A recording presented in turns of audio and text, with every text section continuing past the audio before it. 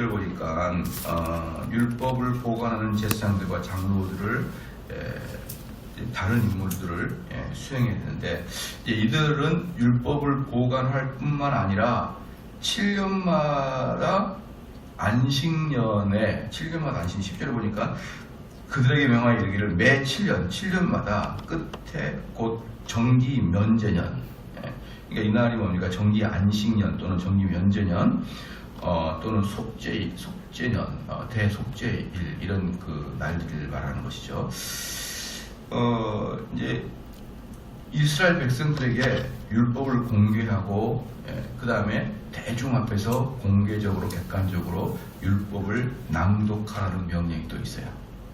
그러니까 이들은 매주마다 율법을 가리키는데, 그런 와중에 7년에 한 번씩은 이스라엘 전체 백성들을 모아놓고 율법을 낭독하는 것입니다.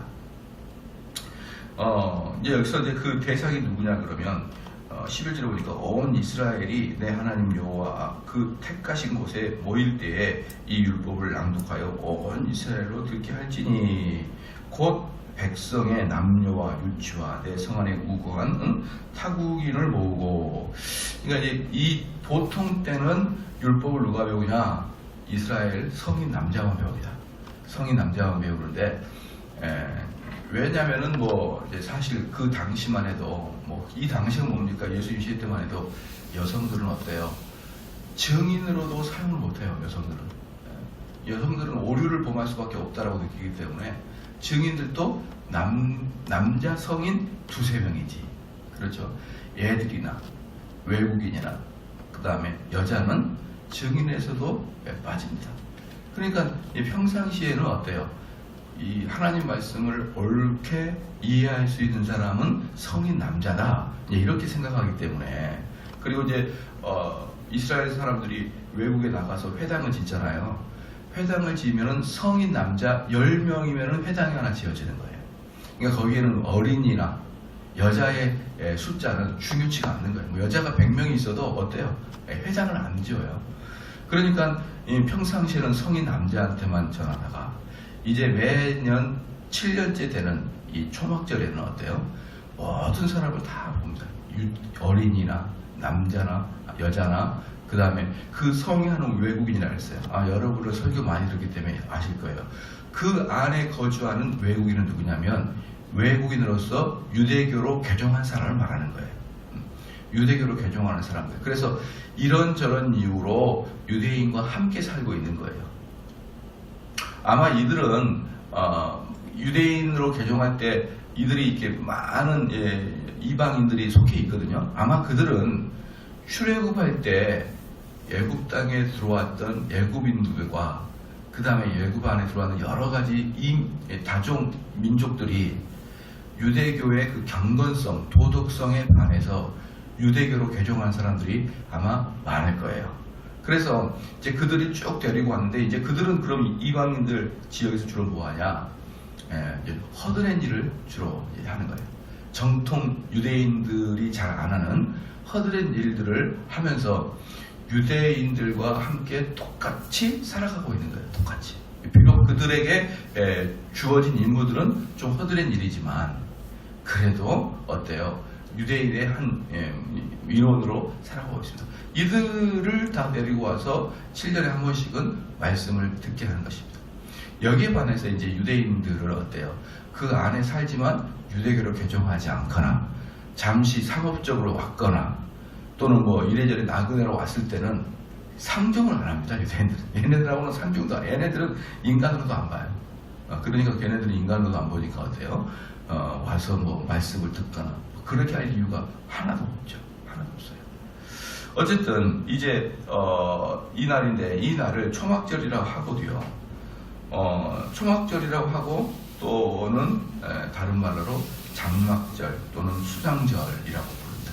초막절, 장막절, 수장절 이렇게 부르는데 여러분 이 단어에서도 알겠지만 이것은 무엇을 의미하겠습니까? 출애굽한 이후에 광야에서 40년 동안 살아왔던 것을 기념하는 거예요. 거기서 뭡니까? 장막도 짓고 그렇게 살아온 거죠. 그렇기 때문에 방황하면서 이렇게 우리를 유리 방황하던 우리에게 먹을 걸 주고 살려주신 하나님을 기념하고, 또한 큰 것은 그거거든요. 광야 40년을 이렇게 굶지 않고 살아가게 해주심을 감사하고, 작게는 뭐냐 그러면 올 1년 이 모든 수확을 해주신 것을 감사하는 절기다 이 말이죠. 1년에 한 차례씩은 감사절이고 7년 동안 한 번씩 볼 때는 뭡니까? 광야에서 보냈던 그 40년을 되돌아보게 하는 것입니다. 그래서요, 이 이제 11절에 보니까 온 이스라엘이 내 하나님 여호와 앞에 그 택하신 곳에 모일 때에, 그 택하신 곳이 어디냐? 그 택하신 곳은 어디냐? 언약궤가 있는 성막 앞을 이야기합니다. 그러니까 성막 앞에 모여라. 다 성막 앞에 모여라. 그렇죠? 그래서 처음에 이스라엘 백성들이 가나안 땅에 들어갔을 때, 가나안 땅에 최초로 정착했을 때 그 성막은 어디에 있었냐 그러면 실로에 있었습니다. 실로. 그런데 이 실로라는 것이 사실 보잘것이 없어요. 크질 않습니다. 이 성막 자체가 천으로 되어 있기 때문에요, 사실 크지가 않아요. 어제도 말씀드렸지만 언약궤 자체도 어때요? 가로 144cm, 세로 68cm, 요만합니다. 요만해요. 그러니까 성막 자체가 작아요. 그때 당시에 이방인들은 어때요? 그 로마나 그리스의 신제들 보시면 아시잖아요. 묵직묵직하고 막 그러는데 여기에 비해서는 형편없이 초라하죠. 그러니까 실로에 있을 때는 사실 작았어요. 규모가 대단하지 않았습니다. 그런데 이제 훗날 다윗에 이르러서 이스라엘의 수도를 정식으로 예루살렘으로 정합니다. 다윗 때 이제 예루살렘 수도를 정한 다음에 이제 거기에서 솔로몬이 이제 성전을 지면서 아주 웅장하게 되죠. 아주 웅장하게 되고, 그리고 그 예루살렘이 얼마나 컸냐 그러면 레위지파 사람들이 거의 들어와서 여기저기에 살 만큼이나 컸습니다. 아주 컸어요. 그래서 이제 그때부터는 예루살렘이 중앙 성소가 되는데, 그 전까지는 다윗이 나오기 전까지는 실로라는 곳에서 초라하게 하나님을 예배를 드렸습니다. 바로 이때 율법을 낭독하고 듣게 한다라고 했는데, 이 율법을 낭독하고 듣게 한다는 것은 이 사람들 다 모아놓고 대제사장이나 제사장들이 율법을 낭독하는데, 이건 단지 율법을 가르치기 위함이 아니다는 거예요.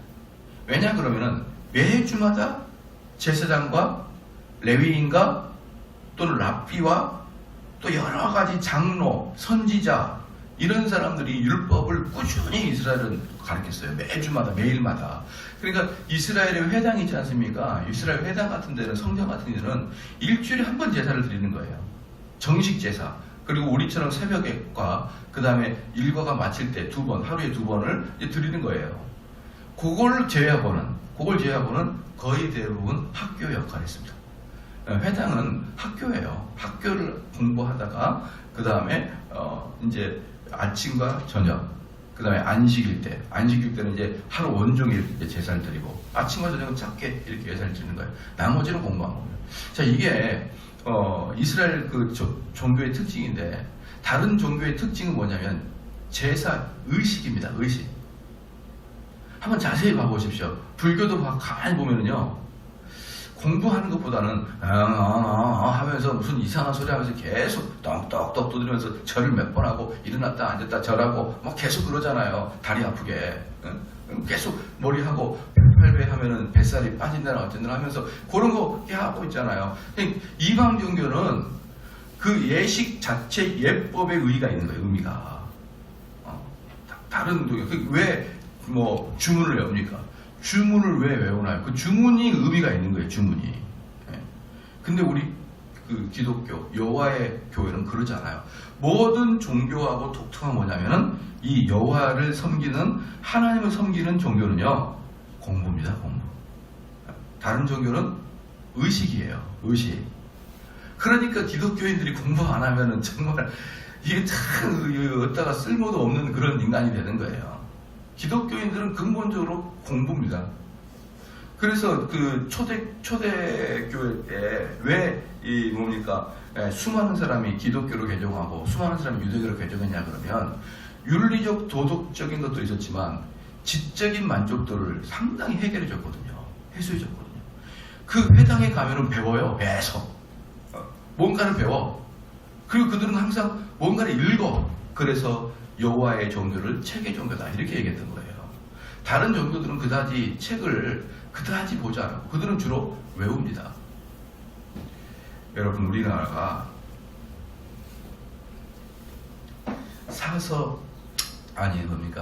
대원군 시대 때 그 일본이 메이지 유신을 이제 명치 유신을 했어요. 그래가지고 어떻게 했느냐, 참 역사를 보면은 답답합니다. 역시 우리나라 사람들이 좀 뭔가 좀 온고집이 있구나 이런 생각이 들어요.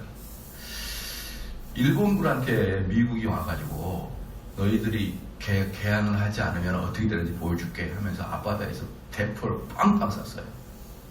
그러면서 6개월의 시간을 두고 6개월 후에 내가 다시 올 테니까 6개월 후에 문을 안 열면 이 대포로 너희들을 아주 끝장을 내겠다.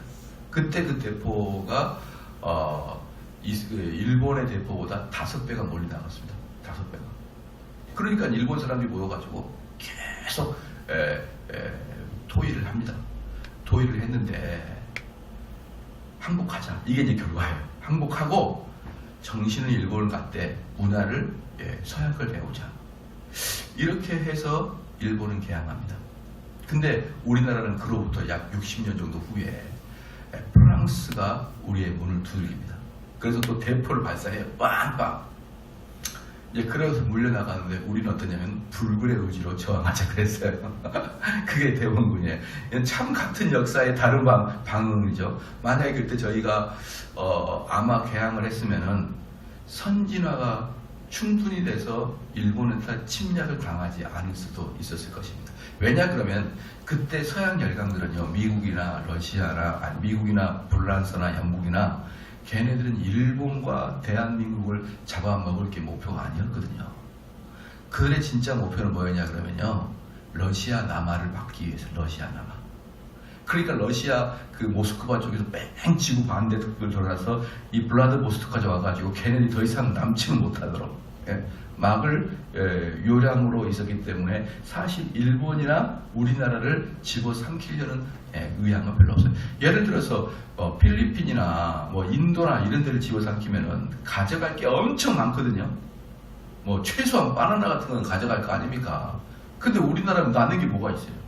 뭐 광물도 별로 없고 금도 별로 없고 우리나라는 천박하게 이를 데 없는 땅인데 뭘 우리나라를 집어삼켜서 뭘 이익이 뭐가 있겠습니까?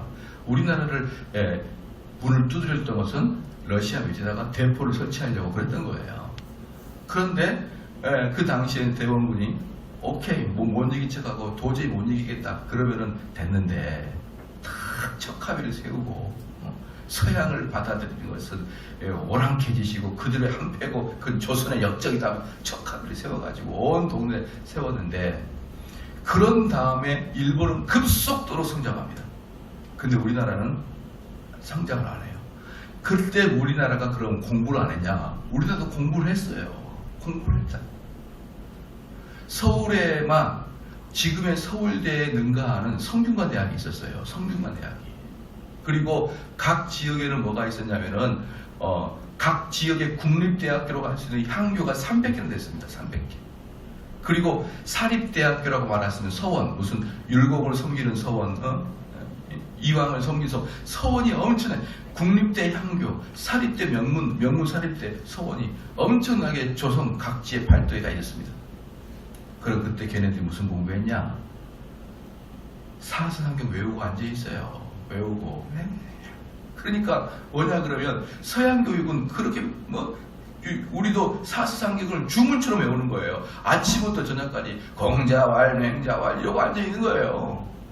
그러니까 이게 동양적 사고입니다. 뭔가를 막 외우고 주문처럼 막 하게 되면은 이게 뭐라고 할까요? 뭔가 올라가는 것처럼.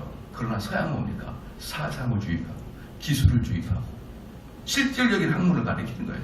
이게 바로 기독교입니다. 기독교는 바로 이런 사상을 공부하는 거예요. 이 세상을 바라보는 가치관, 이런 것들이 기독교의 아주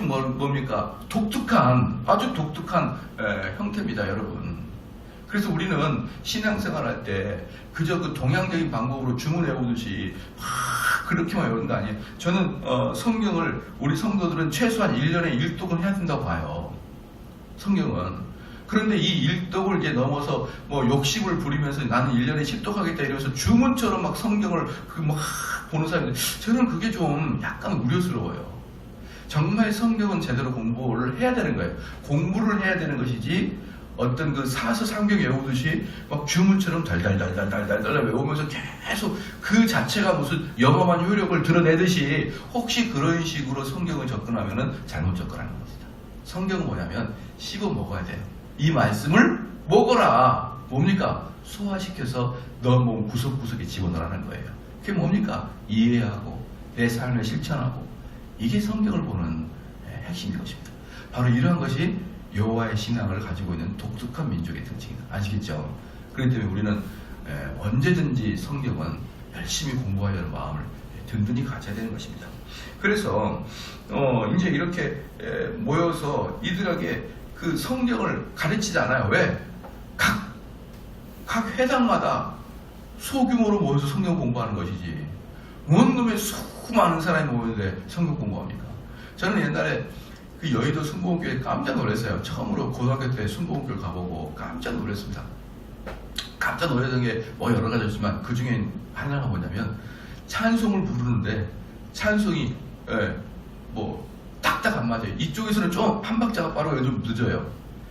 숫자가 너무 많으니까 찬송이 한 방에 안 나와요. 약간의 그렇게 밸런스가 안 맞아요. 야, 이건 사람이 많으니까 별일이 다 있네. 근데 그렇게 많은데 어떻게 설교가 지적인 설교가 될까요? 저는 동의가 안 되거든요. 찬송도 한 방에 딱 맞추지 못하는데 어떻게 그 많은 사람들이 있는데 지성적인 설교가 쏟아지고 논리적인 설교가 쏟아질까요? 그러면 사람이 많으면요, 설교도 그럴진데 어떻게 성경 공부를 시킵니까? 그러니까 이 7년마다 모일 때 이들에게 성경을 공부하는 이유는 뭐냐? 하나님의 언약을 다시 한번 상기시키는 거예요. 그러니까 그들이 매년 7년마다 한 번씩 모여서 전체가 모여서 하나님은 너에게 이것을 원하신다 라고 선포하면은 우리가 네, 아멘으로 받겠습니다. 이렇게 하는 것이에요. 다시 한번 뭡니까? 그 문서를 다시 한번 이렇게 업그레이드 시킨다 그럴까요? 그들이 상기시킨다 그럴까요? 그들이 다시 뭡니까? 그 언약을 제거한다 그럴까요? 나는 너희의 하나님이 될 것이고 너는 우리 나의 백성이 될 것이니라. 네, 아멘으로 받겠나이다. 나는 너희들을 위해서 보호할 것이고 너희들은 나를 위해서 예배할 것이다. 네, 알겠나이다. 너희들은 그 의무는 다른 우상을 섬기지 아니함이니라. 네, 알겠나이다. 바로 이게 7년마다 한 번씩 모여서 언약을 공포하는 것입니다. 공포하는 것입니다.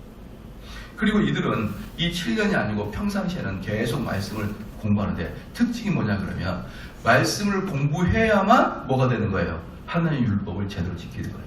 다시 말해서 말씀을 공부하지 않으면 자기의 소견에 오른 대로 그냥 살아갑니다. 재밌죠? 살아가는 성도 여러분, 말씀을 공부하지 않으면 중립적인 위치에 있는 게 아니라니까요. 말씀을 공부하지 않으면 하나님을 대적하는 자가 된다니까요. 자기의 소견에 오른 대로 자기가 하고 싶은 대로 하기 때문에 그리스도인들에게 말씀 공부가 얼마나 중요한지요. 그 다음에 13절에 보니까 또 너희가 요단을 건너가서 얻을 땅에 거할 동안에 이 말씀을 알지 못하는 그들의 자녀로 듣고 내 하나님 여호와 경외하기를 배우게 할지니라.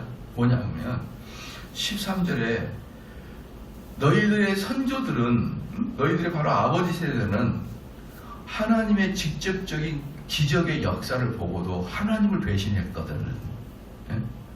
너희들의 후손들이 가나안에 정착할 때는 하나님의 역사를 보지도 못하고 소문으로만 들어서 알 텐데 그들은 분명히 하나님을 배신할 거다. 이 말이에요. 분명히. 하나님을 보고도 배신하는 민족이야, 너희 민족은. 그러니 너희 후손들이야. 하나님의 능력을 보지 못한 너희 후손들이야. 어찌하겠냐. 그럼 너희 후손들이 하나님을 배신하지 못하게 하기 위해서 무엇을 해야 되느냐? 끊임없이 말씀을 가르쳐야 한다. 끊임없이 말씀을 가리키라. 그래서 13절 또 보면은 너희가 요단을 건너서 얻을 땅에 거할 동안에 위주라고 볼까요? 이 기간이 있다는 거예요. 기간이 뭐냐 그러면 지금 이 설교를 할 때가 약 BC 1400년도경이에요. 1400년경. BC 약 1405년경 정도에 이 설교를 합니다. 이 설교를 하게 되는 게 뭡니까? 요단을 건너서 이제 가나안 땅에 정착할 때가 약 BC 1405년경 정도는 이제 이 설교를 하고 들어가서 이제 어때요? 정착하게 되거든요. 그리고 나서 이스라엘이 완전히 멸망할 때가 언제냐면 BC 586년에 바벨론에 의해서 이스라엘이 멸망합니다. 그러니까 그 기간이 약 800년 동안이에요. 800년 동안이 여기서 지금 말하고 있는 얻을 땅에 거할 기간입니다. 그러니까 이 성경 하나하나가 우연히 써진 게 아니에요. 다 의미가 있고 그 성경은 전부 다 성취가 되어버립니다. 그러니까 너희들이 그 가나안 땅에 거할 동안입니다. 거할 동안 800년 동안밖에 기간이 안 남았어요. 참 재밌는 게 너무나 이렇게 어렵게 찾아온 땅을 하나님 말씀을 순종하지 못해서 결국 800년 만에 다 탈탈 털립니다. 탈탈 털려요. 그리고 800년 후에 이제 바벨론한테 포로로 끌려가서 나중에 복귀하지만 그러다가 또 어떻게 됩니까? 완전히 로마로부터 끝장나가지고 그때 AD 70년에 로마부터 끝장나가지고 언제까지 팔레스타인이 못 들어갔을까요? 언제야 비로소 팔레스타인이 들어갔을까요? 1945년에야. 우리 대한민국 독립할 시기에 엊그저께 광복절이었잖아요. 그 기간에 이스라엘이 겨우 팔레스타인에 들어가서 삽니다. 왜 팔레스타인에 들어가서 사느냐? 이스라엘 사람들이 바로 2차 세계대전 이전에 어떤 일이 있었어요? 2차 세계대전에 무슨 일이 있었습니까? 독일인한테 600만 명이 가스실에서 학살당했잖아요. 너무 고통을 당해서 미국과 유엔이 팔레스타인을 허락해 줬어요. 너희들 너무 고생했다. 너희들 너무 많이 죽었다. 그래 팔레스타인 들어가라. 왜 이들이 죽었을까요? 그들은 자기들의 땅이 없이 전 세계에 뿔뿔이 흩어져 사니까 어디나 가든지 그냥 마음만 먹으면 핍박의 대상이 유대인이에요. 그러니 이대로는 못 살겠다. 우리는 이대로는 못 살겠다 싶어가지고 제일 핍박하지 않는 어디? 미국, 그다음에 아르헨티나 이런 나라는 대국이니까 핍박하지 않아요. 미국, 아르헨티나, 그 다음에 나머지는 팔레스타인 다 모였습니다. 너무나 몽환. 이게 다 예수를 죽인 그들의 대가였어요. 독일에서 사람 많이 죽은 것 같죠? 실질적으로 진짜 많이 죽은 헝가리, 그 다음에 러시아 어마어마하게 많이 죽였습니다. 거기에 살아있던 독일인들은, 유대인들은. 그렇게 해서 이 말씀이 하나님 말씀을 어긴 유대인들이 이 세상을 어떻게 살아왔는지를 여러분이 그 역사를 보면 우리는 얼마나 하나님을 두려워해야 되는지 우리가 알 수가 있는 거예요. 그래서 여기에 보면은 또 너희가 요단을 건너가 얻을 땅에 거하는 동안이라고 할 때 그 동안은 약 800년밖에 되지가 않습니다. 그리고 이제 여기서 또 문제는 뭐냐면 이러한 것이 7년마다 한 번씩 자꾸 되풀이되는데 과연 유대인 역사상 이 일이 진짜 일어났느냐? 사실은 상당히 회의적입니다. 왜냐 그러면요, 7년 만에 한 번씩 모이려 그러면 예루살렘이나 아니면 특정한 실로 같은 장소에 유대인들이 다 모여야 되거든요. 그럼 그 어마어마한 숫자가 어떻게 모일 것이며, 첫 번째 어마어마한 숫자가 어떻게 모일 것이며, 두 번째 뭐냐면 요 설교를 모세가 한 다음에 가나안 땅에 들어가잖아요. 그때부터는 수십 년 동안 전쟁만 했습니다. 전쟁만. 계속 전쟁. 가나안 정복 전쟁.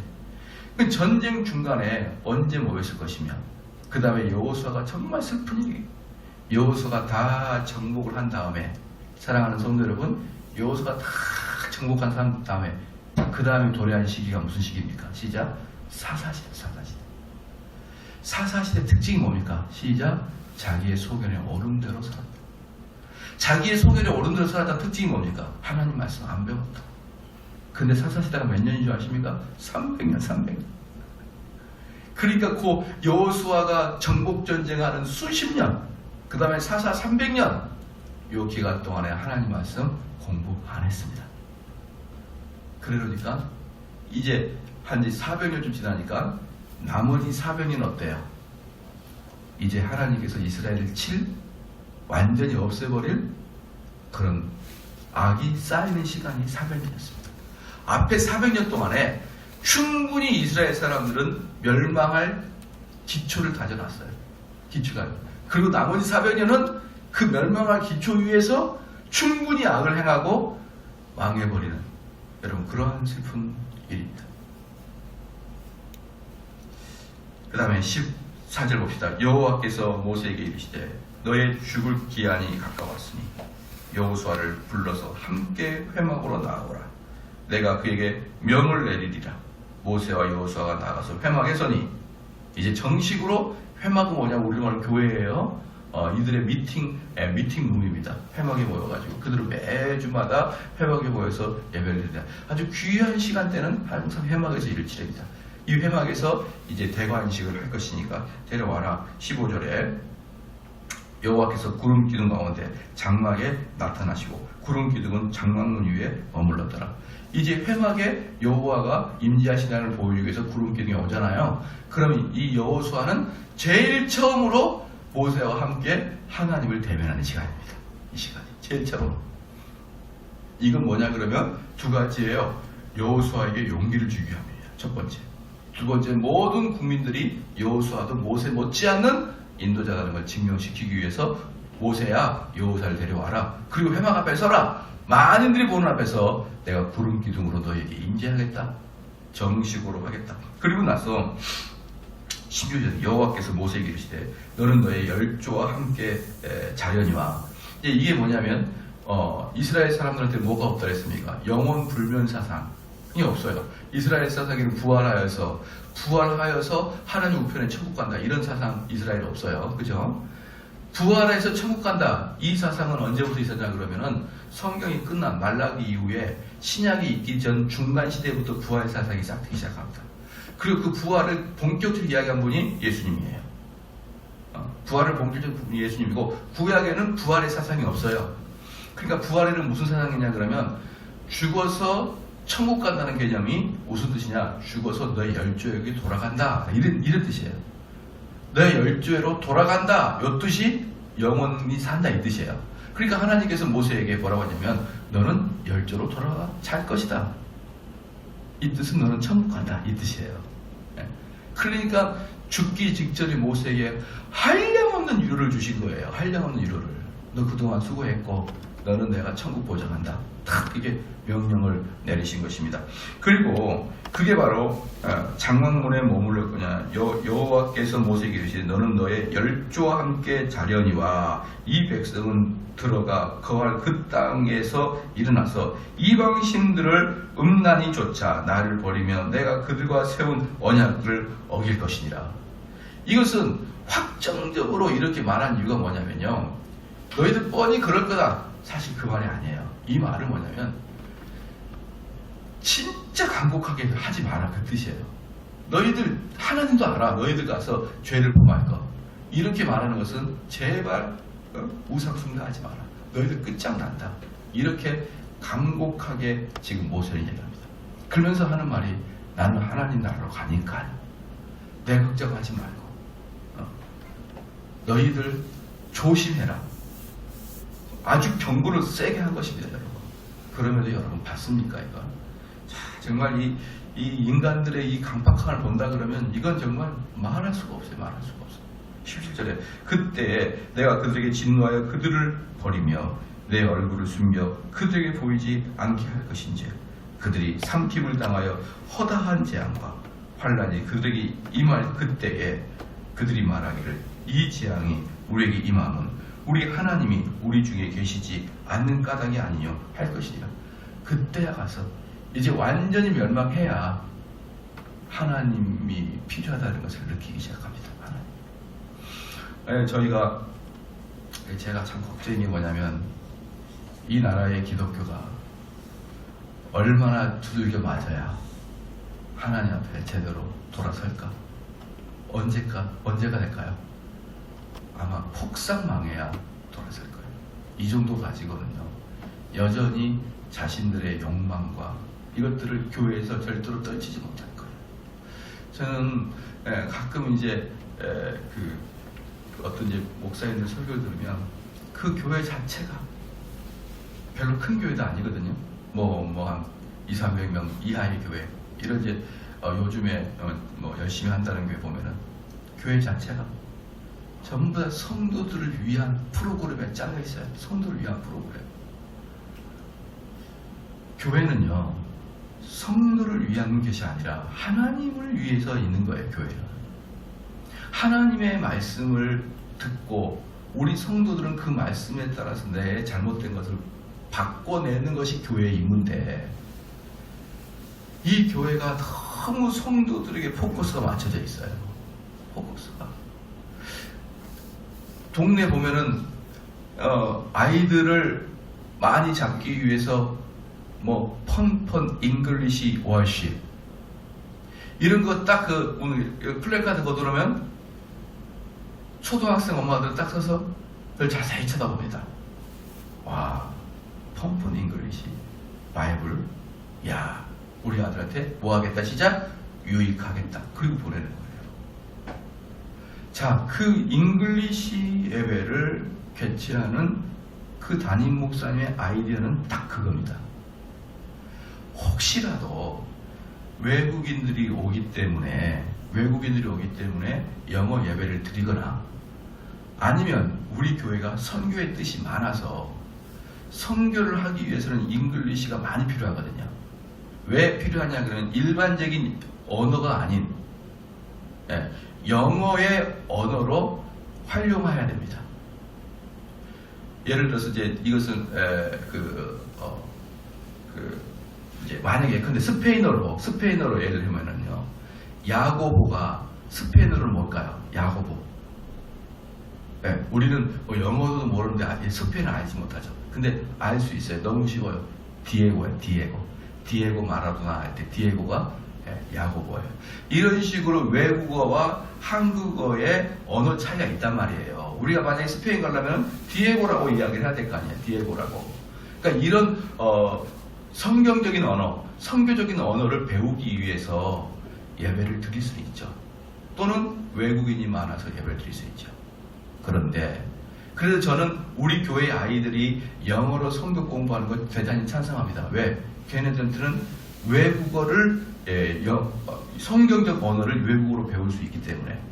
그런데 그것을 예배화시켜서 절대 저는 반대예요. 예배는 외국어로 하면 안 됩니다. 성경 공부는 외국어로 할 수 있어요. 영어로 예배한다는 것은 그 목적 자체가 하나님을 경배하는 게 아니라 예배 시간에 영어를 배우고자 함이 명백합니다. 명백해요. 그렇게 사람들을 위주로 이렇게 교회 프로그램을 자꾸 돌리는 중소형교회를 볼 때마다 이 나라의 기독교가 소망이 없구나라고 느껴지는 거예요. 정말 대형교회 몇 군데만 그런 모르는데, 대형교회만 그런 모르는데 중소형의 교회까지 그러한 모습들이 쫙, 제가 보기에는 모세 혈관까지 뻗어 있는 거예요. 어떤 모습으로?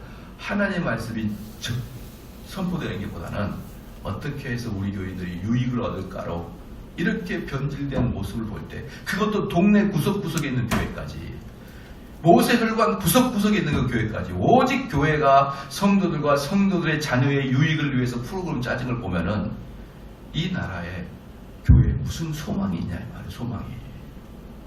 정말 이게 저는요, 어떤 느낌이 드냐면, 한강물 앞에서 이 한강물의 도도의 물을 막으려고 하는 하나의 어떤 사람에 불과한 것 같아요. 제가 소망이 없어요.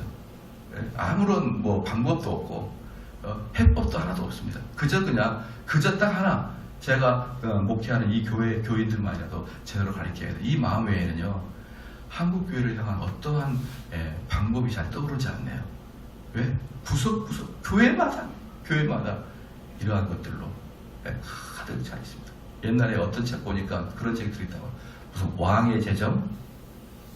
그게 뭐냐 그러면, 그게 한국 교회에 엄청나게 많이 읽혔습니다. 뭐냐? 쫄딱 망했던 사람이 주님의 이름으로 내 돈을 나로부터 멈추지 않고 나는 흘려보내는 사람, 하나님의 돈이 나한테 흘려보내는 사람, 그렇게 사역을 했더니 나중에 빚을 수십억을 다 갚고 수십억의 자산가가 됐다는 그 책의 내용이 전국 교회에 쫙 퍼졌습니다. 그러면 그분들이 그 책을 보고 그것의 영성을 얻는 분들이 어떤 거냐? 와서 나를 통해서 재정을 흘러보내는 궁극적인 목적이 뭐예요? 돈 버는 거 아니에요. 이게 어떻게 한국 교회에 베스트셀러가 될 수가 있습니까? 여러분, 이런 게. 이런 망측한 것이 한국 교회예요. 그래서 어떻게 우리가 이 나라의 교회들을 개혁해 나갈 수가 있을까요? 그래서 저는 이런 말씀을 위해서 언제가 돼야 우리 교회 목사님들이 정신을 차릴까? 거의 완전 박살이 나야, 그리고 전부 다 목회를 떠나버리고 더 이상 교회에 사람이 없고 목사가 더 이상 이제 교인이 없으니까 다 떠나서 그때 새순이 나오지 않을까. 그때야. 지금 이 복음 말씀 보면 그래요. 결국 어때요? 완전히 바벨론 시대에서 다 망해버리고 바벨론으로 끌려가니까 그때 하나님 말씀 그때 들었어요. 바벨론 들어가서 그때야 이제 하나님 말씀을 보기 시작한 거예요. 저는 참 우리 교회가 어떻게 해야 될 것인가 너무나 암담하고 내일이 어떻게 될 것인가 불안합니다. 그래서 여러분들도 여러분만이라도 제발 하나님 말씀대로 살아가기를 주여 축원합니다. 기도하시겠습니다. 하나님 아버지 참으로 감사합니다. 정말 저희들에게 모세의 말씀을 주심으로 이 땅에서의 바르게 살아가는 게 무엇인지 알려주심을 감사하나이다. 우리는 언제나 공부하게 하여 주시옵고 하나님 말씀을 내 입과 내 마음에서 떠나지 아니하도록 은총을 내려 주시옵고 어느 곳에 가든지 이 말씀을 강론할 때가 있을 때는 강론하게 하여 주시옵고 들을 때가 있을 때는 간절한 마음으로 듣게 하여 주시옵소서. 하나님 아버지여, 이 나라의 많은 교인들이 자기의 인본적인 목적이 아니라 정말 하나님께서 말씀하신 것들을 알아가려고 하는 마음으로 신앙생활을 하게 하여 주시옵고, 그러므로 이 나라의 한국에 있는 교회가 정말 예루살렘에서 멸망해버리는 그런 유대교가 되지 아니하도록 하나님 은총 내려 주시옵소서. 감사드리며 예수님의 이름으로 기도합니다. 아멘.